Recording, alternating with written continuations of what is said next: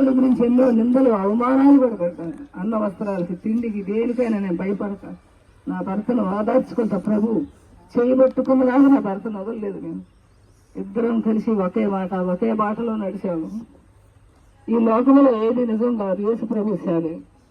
నన్ను నిన్ను బ్రతికించింది దేవుడు కదా, దేవుడి కోసమే బతకాలని కంకణం కట్టుకుని ఒకే బాట మీద ఎన్ని వచ్చిన ప్రభు చేతిలో పెట్టి దేవుని వల్ల నా ఇద్దరు జీవితాలు అలా గల్లపుచ్చాలని తీర్మానం చేసుకున్నాను. గొట్లు మెట్టలు, వాగులో వంతలు, బొబ్బలు వచ్చిన అందరూ పిలిచిన నా దేవుడు నన్ను అడుగులా నా భర్తను ఆయన మార్గంలో నడిపించుకోవటానికి నన్ను నా బిడ్డలను కూడా మార్గంలో నడిపించారు. మీరు నడిచిన మార్గంలో మేము నడవంటే నా బిడ్డలు దూరదేశంలోనే కూడా మళ్ళీ దేవుడే తీసుకొచ్చాడు పరిచర్య చేయటానికి.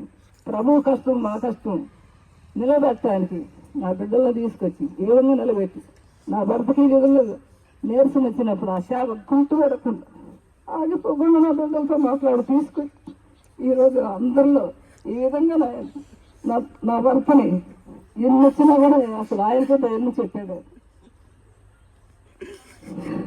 బాగలేకపోతే ఎన్ని చెప్పినా వేరే నా కోసం ప్రార్థన చేయనివాడు, నువ్వు ప్రార్థన చేయనివాడు. నేను ప్రార్థన చేస్తేనే ఆయనకు నెమ్మదిండేది. ఏది చదివినా నాకే చెప్పేవాడు, నీకు చదివేలేదు నేను, లేకపోతే నీకు చదివితే నువ్వు ఏదైనా సాధించగలిగాను. అటు నా భర్త నా మీద నమ్మకం ఉంచేవాడు. నా భర్తలో ఎక్కువగా నేను ఆదరణకి ఇచ్చి అన్నిటిలో ముందు మీరు నడిపించేదాన్ని. ఎవరు వచ్చినా ప్రార్థన చేయాలని ఉందంటే నువ్వే చేయాలి మీరు నన్ను ప్రోత్సహించి ఆయన మాటకి నా మాటకి ప్రభువు భయపడి ఈ విధంగా చేశాను. చెప్పాలంటే చాలా నేను ఆయన చేతిని వదిలించలేని తలపోయలేదు.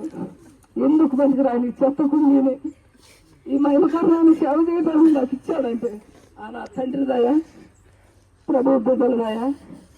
నేను రక్షించబడిన కానించి దేవుని బిడ్డలను ఎంతో నేను ఆదరించేదాన్ని. నేను శ్రమంలోని చూసేదాన్ని, శ్రమలు పడ్డవాళ్ళకి నేను నెమ్మదిగా వాళ్ళని దేవుడు మనసిచ్చి దేవుడి కోసం నడిపించేదాన్ని, ఆదరించేదాన్ని బలపరిచేదాన్ని.